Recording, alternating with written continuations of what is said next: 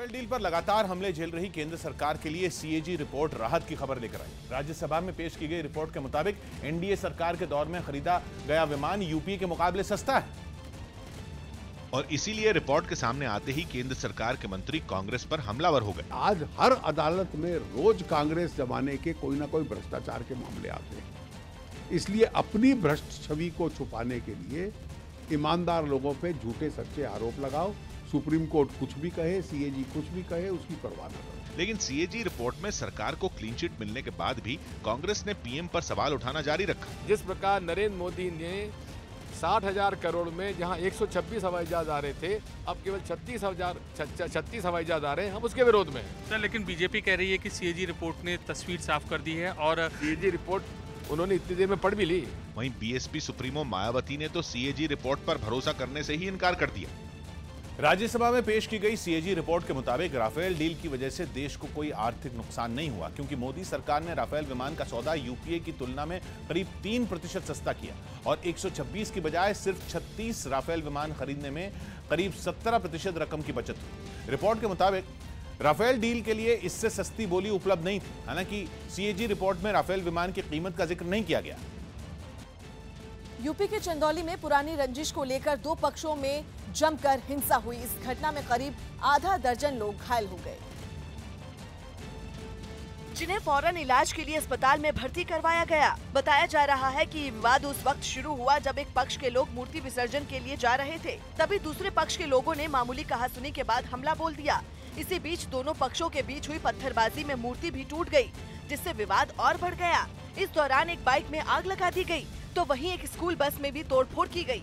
इधर सब छोटे छोटे बच्चे थे, ठीक है, आया तुरंत गोली चलाने लगे, मूर्ति भी तोड़ दिए सब, ठीक है। इन लोग को मार पीट के कई लोग घायल हुए, इसमें चोटें आई हैं, गंभीर चोटें आई हैं। झगड़े की खबर मिलते ही पुलिस मौके पर पहुंची और किसी तरह हालात पर काबू पाया।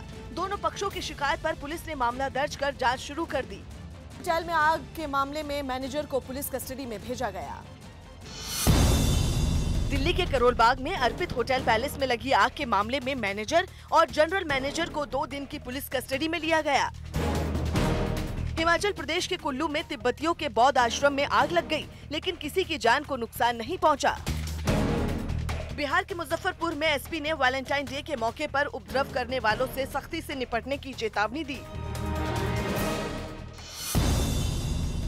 दिल्ली के ग्रेटर कैलाश में 30 जनवरी को पिस्टल की नोक पर 24 घंटे खुलने वाली दुकान से लूट का सीसीटीवी वीडियो सामने आया। यूपी के फिरोजाबाद में बिजली के अंडरग्राउंड वायरिंग में अचानक आग लगने से हड़कंप मच गया, जिसके बाद दमकल की गाड़ियों ने आग पर काबू पाया। राजस्थान के जोधपुर में पुलिस ने छापा मारकर खुले में शराब पीने के आरोप में 150 लोगों को हिरासत में लिया, जिसमें 52 लोगों में शराब पीने की पुष्टि हुई। महबूबा मुफ्ती ने अफजल गुरु के परिवार को उसके अवशेष देने की मांग उठाई। जम्मू कश्मीर की पूर्व मुख्यमंत्री और पीडीपी नेता महबूबा मुफ्ती ने केंद्र सरकार से आतंकी अफजल गुरु के परिवार को उसके अवशेष देने की मांग की। जो अफजल गुरु की जो डेड बॉडी है, उसके मॉर्टल रिमेन्स यहाँ आने चाहिए, कम से कम एक तसल्ली उसके घर वालों को मिलेगी। बजट सत्र के दौरान राज्यसभा में हंगामे की वजह से 3 तलाक बिल पेश नहीं हो पाया, जिसके बाद अब ये नई सरकार बनने के बाद ही सदन में पेश होगा। दिल्ली की जामिया मिलिया इस्लामिया यूनिवर्सिटी के छात्रों ने एक प्रोफेसर पर यौन शोषण का आरोप लगाया।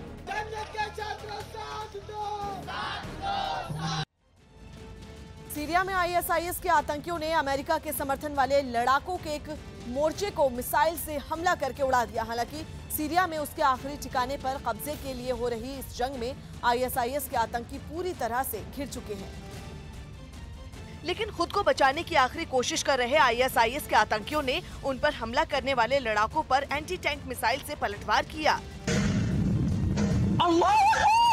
आईएसआईएस ने ऐसी ही एक और मिसाइल को इस्तेमाल कर एक और ठिकाने को बर्बाद कर दिया।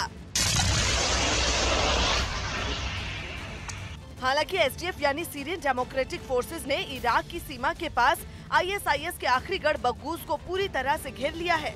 इस घेरेबंदी में हेलीकॉप्टर की भी मदद ली गई। एसडीएफ के लड़ाकों ने मशीन गनों का इस्तेमाल कर आईएसआईएस पर जबरदस्त हमला बोला। एक बड़े हमले के बाद आईएसआईएस के एक ठिकाने से धुआं उठता नजर आया।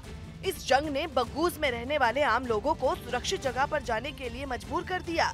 4 दिन से जारी जंग की वजह से अब तक करीब 20,000 लोग एसटीएफ के कब्जे वाले इलाके की तरफ आ चुके हैं। प्रयागराज के कुंभ में बीजेपी अध्यक्ष अमित शाह ने संगम तट पर डुबकी लगाई। इस दौरान अमित शाह के साथ यूपी के सीएम योगी आदित्यनाथ और कई अखाड़ों के साधु संत भी मौजूद थे, जो अमित शाह का हाथ पकड़कर उन्हें संगम तट पर डुबकी लगाने ले गए। इस दौरान वहां हर हर महादेव के नारे भी लगे। डुबकी लगाने से पहले अमित शाह ने वहां पूजा की और अपने हाथ में लिए फूल और नारियल को पानी में फेंक दिया। इसके बाद उन्होंने साधु संतों के साथ संगम में डुबकी लगाई। डुबकी लगाने के बाद सभी ने अपने हाथ में संगम का जल लेकर उससे पूजा की। इस दौरान एनडीआरएफ के जवान भी वहां घेरा बनाए मुस्तैदी से खड़े दिखे। डुबकी लगाने के बाद अमित शाह ने गंगा आरती की, जिसमें बाबा रामदेव और जूना अखाड़े के महामंडलेश्वर अवधेशानंद गिरी भी मौजूद थे।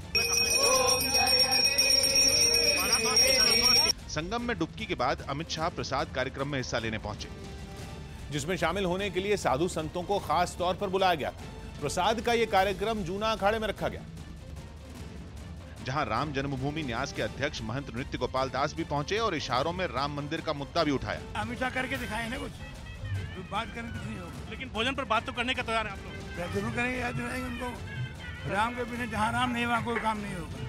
प्रसाद कार्यक्रम के दौरान अमित शाह ने सभी साधुओं को दक्षिणा दी और फिर उनके साथ भोजन किया। इसके बाद अवधेशानंद गिरी ने अमित शाह को वहां के मंदिर में पूजा भी करवाई।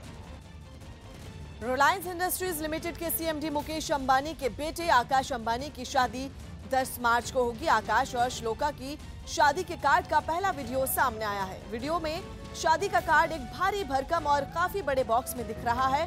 बॉक्स के सबसे ऊपर राधा कृष्ण की एक 3D इमेज है। कार्ड को खोलने के बाद पहले पन्ने पर सूर्यदेव की तस्वीर है, फिर अगले पन्ने पर गणपति की एक प्रतिमा लगाई गई है और उसके बाद शादी का इनविटेशन दिखाई देता है। इसके बाद नीता अंबानी और मुकेश अंबानी की तरफ से लिखा गया एक लेटर है, जिसके नीचे दोनों के दस्तखत भी हैं। सबसे आखिर में राधा कृष्ण की एक और तस्वीर है। आकाश और श्लोका की शादी का पहला कार्ड लेकर पूरा अंबानी परिवार सोमवार को मुंबई में सिद्धिविनायक मंदिर में पहुंचा था। राजस्थान में फिर से 14 फरवरी को वैलेंटाइंस डे मनाया जाएगा।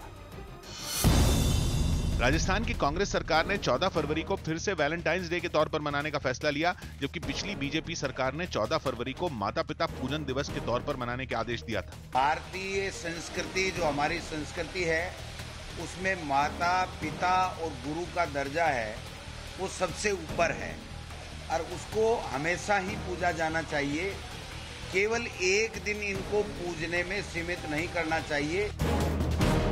कलकत्ता हाईकोर्ट ने एक टीएमसी विधायक की हत्या के आरोप में बीजेपी नेता मुकुल रॉय की गिरफ्तारी पर रोक लगा दी।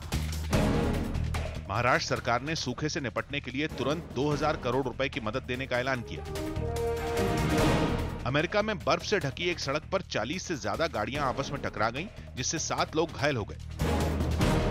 नाइजीरिया में राष्ट्रपति मोहम्मद बुहारी की एक रैली के दौरान हुई भगदड़ में कुछ लोगों की जान चली गई।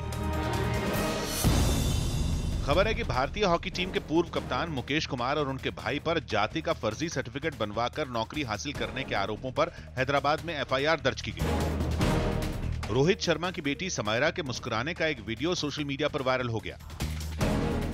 पाकिस्तान मूल के ऑस्ट्रेलियाई लेग स्पिनर फवाद अहमद ने फर्स्ट क्लास क्रिकेट से संन्यास का ऐलान कर दिया, जिसके बाद अब वो सिर्फ वनडे और T20 क्रिकेट ही खेलेंगे।